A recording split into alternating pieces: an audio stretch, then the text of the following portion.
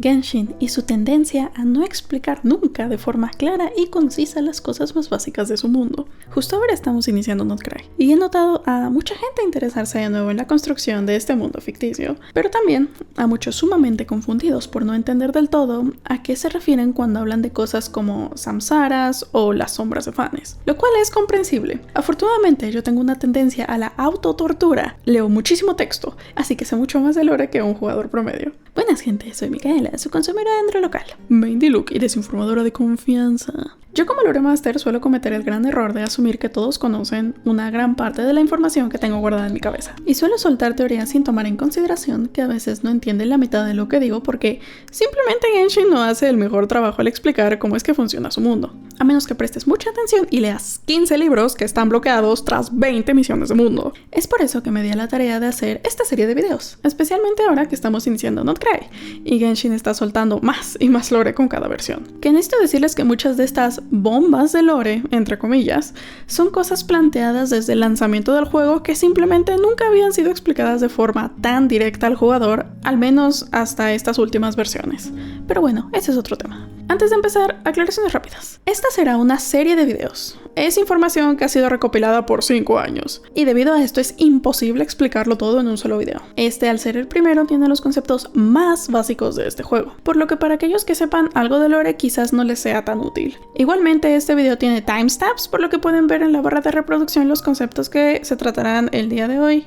Y bueno, como siempre en mis videos uso este semáforo de acá para hablar sobre cosas canónicas, implicadas, mas no 100% confirmadas, hipótesis sustentadas, hipótesis no sustentadas, acá Albedo me lo dijo ayer en mis sueños, y por último, miqueladas, chistes y quejas hacia Venti. Debido a la naturaleza del video, la mayor parte del video verán el semáforo en verde, ya que hablaré en su mayoría de información completamente canónica. Sin embargo, por momentos verán el amarillo, ya que son cosas que podemos asumir, pero que no se nos han dicho directamente a la cara con gameplay de Subway Surfers de lado. Hipótesis y teorías quedan completamente fuera de esta serie de videos, pues van en contra del propósito inicial. Ahora sí, vamos a empezar desde lo más básico de lo básico, porque absolutamente todo en este juego tiene lore. Y si bien siento que le dan mucha mayor inmersión al juego, no hace que las cosas sean más sencillas. Las visiones. La base de la jugabilidad de este juego. Empezamos mal, porque aún no sabemos con exactitud cómo funcionan las visiones. ¡Yay! Hace falta información para terminar de entender su propósito, pero tenemos un entendimiento bastante general sobre su uso y funcionalidad. Estos artefactos son considerados como un regalo o bendición de los dioses, acorde a Venti. Son artefactos mágicos que pocas personas pueden tener. Por medio de estas visiones pueden atraer energía elemental. O como indica Lisa. La visión es una señal de los dioses. Una señal de que eres una de las personas que los dioses han elegido para cambiar el mundo. Como explicación sencilla, las visiones lo que hacen es otorgar capacidad de controlar un elemento. Como explicación un poco más compleja, las visiones son un tipo de permiso, lo que te dan es un pedacito muy pequeño de autoridad sobre el elemento. Estas son consideradas como una manifestación física de la ambición del portador, una extensión de su fuerza o una canalización de su voluntad.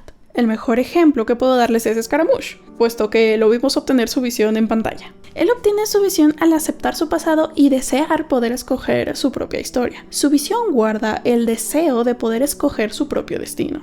Y así como él, cada persona tiene su propia historia, sus propios deseos y sus propias ambiciones. Algunos más fáciles de explicar que otros, como por ejemplo Toma y su deseo de servir a la casa Kamisato, Diluc y querer cumplir las expectativas de su padre, o Kiki y su deseo por no morir. Ahora, si a un portador se le quita su visión en contra de su voluntad, dicho usuario también pierde su ambición, tal y como se nos mostró durante todo el acto de Inazuma, donde al quitarles la visión, las personas también perdían su razón de vida. La cosa es distinta si el individuo en cuestión decide abandonar su visión de forma voluntaria, como Childe, que durante Fontaine nos deja su visión encargada porque sí, o Diluc, aunque su caso es un poco más complejo porque como mencioné, su deseo era ser orgulloso a su padre, pero pues Este no vivió mucho tiempo, así que la ambición de Diluc también quedó hecha añicos. Por lo que para él, abandonar su visión por 4 años tampoco pareció ser tan difícil.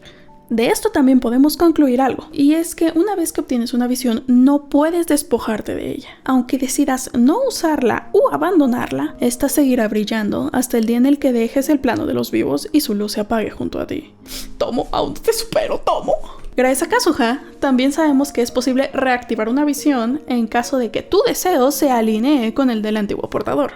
De ahí que Kazuha pudiera activar la visión de Tomo, pues él en ese momento cargaba con las ambiciones de su amigo muerto. Ahora, las visiones se otorgan de acuerdo al lugar en el que te encuentres al momento de encontrar tu ambición, no de acuerdo a tu lugar de origen o nacimiento. Por ejemplo, Toma nació y creció en Mondstadt, pero su visión la obtuvo en Inazuma. Bennett, que es originario de Natlan, canónicamente, ya es originario de Natlan. ¡Let's go! Pero este obtuvo su visión en Mondstadt. O de nuevo, Skara, que es de Inazuma, pero obtuvo su visión en Sumeru. En sí eso es lo básico, porque aún hay cosas que no sabemos sobre las visiones, como por ejemplo cómo es que son entregadas o por qué se te otorga el elemento. Aunque podemos especular que es por la naturaleza del deseo o la personalidad del portador. Estas características dan para un video entero y todavía no terminamos de saber exactamente, pero podemos asumir algunas cosas. Por ejemplo, que los Anemo, al igual que Venti, buscan la libertad y tienen un evento canónico. Los geos son tercos, determinados, como quieran decirlo. Curiosamente, todos ellos también practican un tipo de arte. Los electros son raros. En palabras bonitas podemos decir que siguen sus creencias. Pero son raros en general. Es chistoso, todos están obsesionados con algo en específico. En resumen, son una bola de otakus. El dendro se asocia a la curiosidad, deseo de conocimiento o búsqueda del bien de otros. Hidro, sentido de justicia o responsabilidad y también sentirse insuficiente para tu papel. Piro es gente muy apasionada, por lo que sea que dirija su ambición, pero sumamente apasionada. Y por último los Crio, que están en conflicto o son lo contrario a su deseo. Por si no se entiende este último, ejemplo rápido, Diona, que quiere erradicar todo lo que tenga que ver con alcohol, pero ella es una excelente barista. Es mucho más complejo que esto, pero solo para dar una idea en general, pues aún hay muchas cosas que no sabemos sobre las visiones. Según Lisa, los dioses le dieron a los humanos la clave para cambiar todo, pero no explicaron su costo. Temía cada vez más a la verdad. Algún día vendrá alguien que tenga la capacidad de comprender la verdad absoluta detrás de las visiones. Justamente Haripax acaba de subir un video sobre las visiones, por si quieren saber un poco más sobre el tema, ya que él incluye mucha más información que la que les estoy dando yo en este video. Muy bien, eso era lo más largo del video. Pasamos a lo que sigue. El flojisto.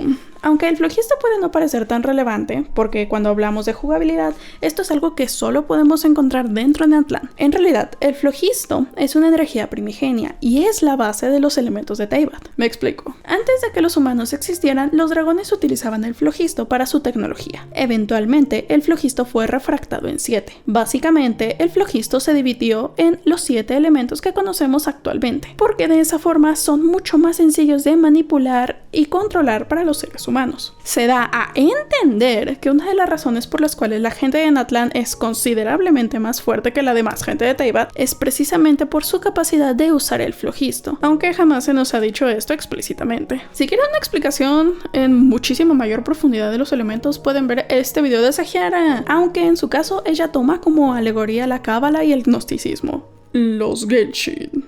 Que no sabían que la palabra Genshin realmente significa algo dentro del juego.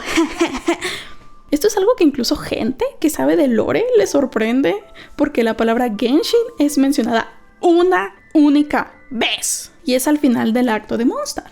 Y si por alguna razón juegan en inglés, peor, porque debido a razones que aún no entiendo, tradujeron la palabra Genshin a Halogens, los halógenos impact, que se supone que es una localización al inglés, pero bueno, es otro tema, en fin. Cada poseedor de visiones tiene las cualidades para convertirse en una divinidad y ascender a Celestia. Son lo que llamamos arcontes primordiales o Genshin. Básicamente es a lo que varios Lore Master nos referimos cuando hablamos de ascendidos. Nos inventamos nuestro propio término porque la verdad es más fácil de entender así. Digo, si tú dices ascendido, como que se implica inmediatamente el término. Y si dices Genshin, nada más es como de yo soy el Genshin Impact. En fin, esto lo cambia todo. Para esto hay 2 ejemplos que puedo darles. Que si bien a estos 2 individuos nunca se les ha referido explícitamente como tal, ellos entran dentro de esta categoría. Primero, Vanessa, que era humana y terminó por convertirse en divinidad y ascender a Celestia. E Ixbalanque, que también, siendo humano, ascendió a divinidad y se convirtió en el primer arconte de Natlan. Como paréntesis, nunca se nos ha confirmado o negado que ellos hayan obtenido una visión en algún punto, pero pues bueno, es lo que hay, suponemos que sí y ya está. Pasamos a lo que son las bases del mundo como tal, no del world building. El Irminsul. Es básicamente como un disco duro. Su función es la de guardar la información y recuerdos de todos los acontecimientos sucedidos dentro de Teyvat. No guarda información sobre personas externas a Teyvat. Por eso Nahida no puede encontrar a Traveler dentro de la información guardada en el Irminsul. Sin embargo, es posible modificar la información sysadmin, como el Scaramouche, que decidió eliminar todo rastro de su existencia. Importante, eliminar la información del Irminsul no elimina los hechos. Regresando al Suavitel, él sí cometió 300.000 delitos diferentes. Simplemente nadie sabe que el culpable fue él. Es básicamente un criminal que nunca fue atrapado. En resumen, para todos los habitantes de Teyvat, la razón de los delitos que cometió Scaramouche es: un mago lo hizo. Para más información sobre el Irminsul, Nani, acá Hablemos de Genshin, tiene 2 videos hablando sobre los árboles de Teyvat. Está apareciendo aquí arribita. Las líneas ley. Habiendo explicado lo anterior, es mucho más fácil explicar esto. El Irminsul es un árbol y las líneas ley son sus raíces que se extienden por prácticamente todo Teyvat. Incluso estos árboles que se encuentran dentro de los dominios son líneas ley, solo más grandes. ¿Sabes cómo las raíces tienden a ser más anchas mientras más cerca están del árbol? Bueno, pues es lo mismo. Por medio de estas raíces se registran los recuerdos del mundo. Y así viajan hasta el Irminsul, con excepción de Natlan, que no tiene líneas ley porque fueron destruidas, etcétera, etcétera. Pero aplica a todo lo demás de Teyvat. De vez en cuando, las líneas ley manifiestan anomalías, en las que digamos que los recuerdos escapan, y es posible ver hechos del pasado. Este fenómeno se ve más claramente durante la segunda misión legendaria de la Raiden Shogun y el evento de la skin de Diluc, donde lo ves peleando con monstruos de hace como 4 años. Para hacerlo más sencillo de entender, cada que tú farmeas líneas ley, lo que ves son recuerdos. Básicamente, estás peleando con el recuerdo de monstruos del pasado. Todo es un delirio. Denle su medicamento al Traveler. Pausa publicitaria para decirles que pueden dar like, suscribirse si quieren. Recuerden también seguir a todas las personitas que me están ayudando con las voces. Son creadores de contenido de Genshin también y sus redes están en la descripción, así como en la esquina superior derecha cada que aparecen. Ah, sí, también síganme en el YouTube morado, donde suelo desinformar gente. ¿Saben qué estaría buenísimo? Que dudo mucho que pase, pero estaría buenísimo que al final Red Miller resulte ser Alain Guillotín y Sandrón resulte ser Marianne, ¿sabes? Estaría muy cool, y que de esa forma es que sepan cómo romper las malditas barreras gracias al estúpido de Alain, que ni siquiera está dentro de los Fatui, pero su hermana sí. Sería muy chistoso, la verdad. ¿Saben qué sería más chistoso todavía? Que el 10º Fatui fuera el propio Alain Guillotín y por eso no sepamos de su existencia. Por eso no sepamos que es el 10º. Jaja, jaja, jaja. Estaría muy chistoso que esto pasara. Guarden mis palabras, hagan un clip. Entramos a terreno un poco más desconocido, los samsaras. Creo que esta es de las cosas que más me han preguntado a mí y otros creadores de contenido. Cada que hacemos podcast, alguien pregunta. Pero bueno, si alguien explicara de qué va la cosa, en lugar de dejar una nota tirada, esperando a que la veamos, siendo que cuando llegas al lugar, lo haces por arriba de la torre y no por abajo. En fin, gracias misión. ¡Ah, qué chido! Primero aclarar que aún no tenemos un entendimiento 100% claro de cómo funciona la línea temporal, por lo que solo explicaré el concepto. No cuándo sucedió cada cosa en número de años específico, porque no lo sabemos con exactitud. En pocas palabras, es el final de una era y el nacimiento de otra. A cada uno de estos les llamamos ciclos, porque es así como se refieren a estos dentro del juego. Durante este final de ciclo, todos, y repito, absolutamente todos los seres humanos mueren y vuelven a nacer en el siguiente ciclo. Los ciclos son repetitivos, mas no copias exactas entre ellos. Un samsara a pequeña escala es lo que sucedió durante el festival Sabzeruz, mejor conocido como el cumpleaños de Nahida, durante el arco de Sumeru, acto 2, el alba de las 1000 rosas. Aquí nos sumimos en un bucle y comenzamos a vivir el mismo día una y otra vez. Los días no se repiten de exactamente la misma manera siempre. Por ejemplo, hay veces en las que solo hablamos con Dynazard, otras en las que hablamos también con Dehya. Pero hay cosas que sí se repiten de la misma forma, como la discusión de Nilou con el viejo. A esto me refiero con que no son copias exactas, pues lo que sucede en un ciclo no es exactamente igual a lo que sucedió en el ciclo anterior, o lo que sucederá en el siguiente. Pero sí hay eventos en específico que se repiten y al final llevan a un mismo resultado. Otra característica de los samsaras es que el fin del ciclo, y el comienzo de uno nuevo suelen estar marcados por una catástrofe. Esta catástrofe es la que termina con la vida de todos los seres humanos antes del reinicio. Aún no sabemos con exactitud qué evento es aquel que desencadena el final de un ciclo, aunque tenemos algunas hipótesis al respecto, pues hay un par de menciones a una inundación, pero no podemos estar seguros todavía. Los samsaras son, de hecho, algo que sucede dentro de una muy buena parte de los mundos que existen dentro de los juegos de Hoyoverse. Y en sí con el ejemplo anterior se entiende lo que es un samsara. Y si bien justo ahora estamos hablando de Genshin, en este juego no hay más ejemplos que tomar, pues no hemos experimentado un samsara real todavía. Afortunadamente, hay un ejemplo muchísimo más claro. La cuestión es que este ejemplo es Amphoreus de Honkai Star Rail. Así que si no quieren spoilers hasta las 3.5 del juego, pueden saltarse a este minuto de acá. Aquí nos explican que Amphoreus pasa también por estos ciclos. En total, Amphoreus ha experimentado 33.550.336 ciclos hasta lo que va del juego. Y si bien estos ciclos no son siempre exactamente iguales, como ya explicamos, hay eventos que se repiten siempre, como la guerra en la que acaban con la vida de todas las deidades del mundo, y que todos los personajes importantes mueren, con excepción de Fainon, quien en absolutamente todos los ciclos es el único que queda vivo antes de reiniciarlo. Después se reinicia el ciclo y todo se vuelve a repetir, una y otra vez. Ellos no son conscientes de que están en un bucle, y aunque lo supieran, no hay nada que puedan hacer al respecto para detenerlo. En Genshin solo tenemos conocimiento de 4 ciclos samsara, incluyendo el actual, cada uno de ellos nombrado a partir de la civilización más próspera dentro de ese periodo. El primer ciclo es nombrado como Hyperborea, la ciudad dorada. Justo ahora nos están dando más información sobre este ciclo en Notcray. Acá como información extra, dentro de este ciclo el guerrero más fuerte era el guerrero Ajax. Es bastante evidente que en el ciclo actual la reencarnación de ese guerrero es Childe, el 11º de los Fatui, así que ojo, cuidado con él. Y aquí arribita está apareciendo el video de Hauteclair. Una disculpa por la pronunciación. Él desglosa muy bien toda la información que tenemos sobre Hyperborea hasta antes de la salida de Notcray. El segundo fue en Atlantia, que se situó en lo que actualmente es Natlan. Hauteclair también tiene un video sobre este ciclo. Por cierto, son varios los videos que estaré recomendando, por eso hice una playlist con todos ellos. Pueden encontrarla en el comentario fijado, para que sea un poco más sencillo. El tercer ciclo, y anterior al actual, fue Remuria. Pueden ver este video de Invi sobre Remuria. Este ciclo es del que más información tenemos, y la ciudad se encuentra actualmente en el mar de antaño bajo la isla Pertricor, completamente inundada. Origami Arturo también tiene un video explicando Remuria y la verdad es que es de mis videos favoritos de su canal. El video está apareciendo aquí arribita. Por último, el cuarto samsara y en el que nos encontramos actualmente, que es Khaenri'ah. Habiendo explicado todo esto, puedo hablar de los descendidos.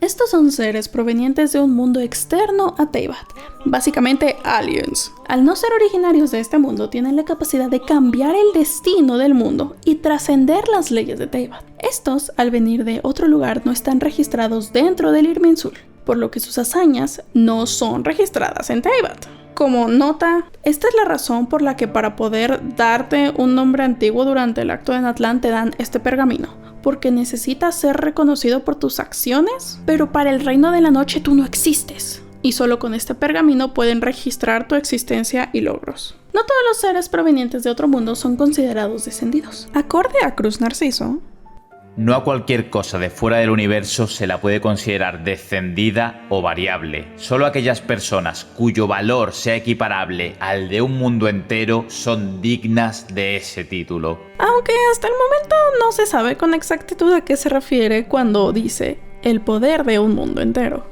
El concepto de descendidos es algo que se nos introduce por los Fatui. Entonces son los Fatui quienes tienen un mayor entendimiento de lo que puede ser o no considerado como un descendido. Desafortunadamente no nos han dicho nada, así que ni modo, es lo que hay.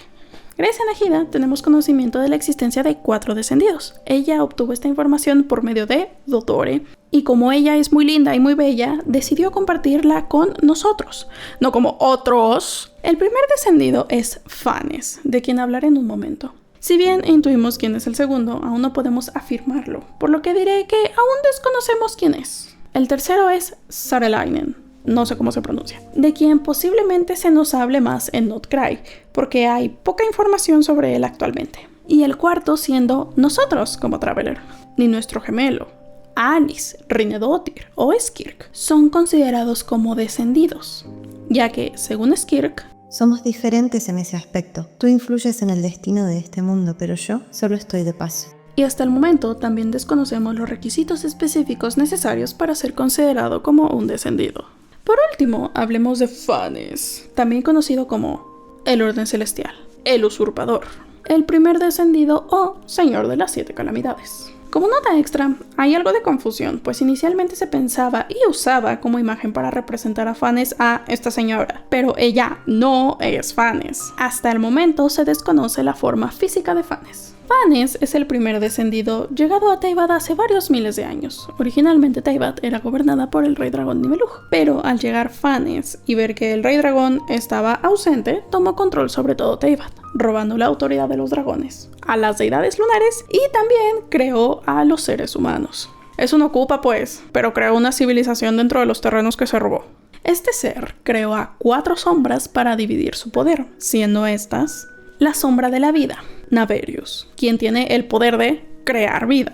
La sombra de la muerte, Ronova. También es quien impuso la maldición de la inmortalidad sobre Caenria. La sombra del tiempo, Astaroth. Ella también es quien le dio poderes a Venti. Y por último, la sombra del vacío o la sombra del espacio. Se le dice de ambas formas. Es Asmodei, y es la diosa desconocida que nos separa de nuestro gemelo al inicio de nuestro viaje. Si quieren saber más información acerca de las sombras y Phanes, les dejo el video de Boreas por acá. Phanes es descrito como un ser con alas, una corona en la cabeza y de género desconocido. Eso es todo lo que sabemos del aspecto físico de Phanes. Como segunda nota extra, al no saber todavía cuál es su forma física, es complicado representarle de alguna forma en los videos. Y por eso yo y otras personitas a veces utilizamos a Final de Honkai Star Rail cuando hablamos de Phanes para representarle. Pero esto no es algo canónico dentro de Genshin. Todavía. Y ya, fin. Llevaba un rato sin hacer videos, pero viendo el reciente interés que algunas personas tienen en el lore, decidí hacer este guión. Para este video en específico se aprecian mucho las críticas constructivas, pues mi idea es explicar todo de una manera sencilla y quiero saber si pude o no lograrlo, o si hay algo que creen que podría mejorar. Y muchísimas gracias a Okram, Chetito, Shu y Asahiara, que me ayudaron con las vocecitas de este video. Recuerden seguirles. Y de nuevo les dejo abajo la playlist con todos los videos que mencioné en el comentario fijado.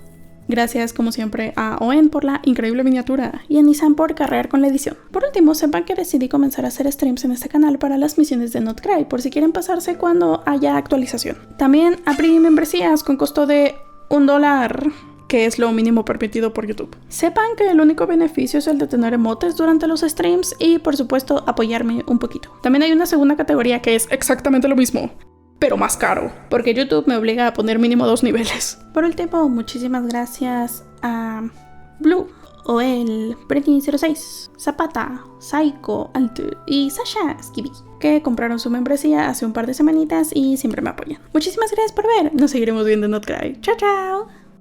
Espérate, Phanes ovula y Phaenon es Phanes. Phaenon ovula porque pasa por ciclos, por ende menstrua. Si Amphoreus deja de tener ciclos, Phaenon dejará de ovular porque está embarazado.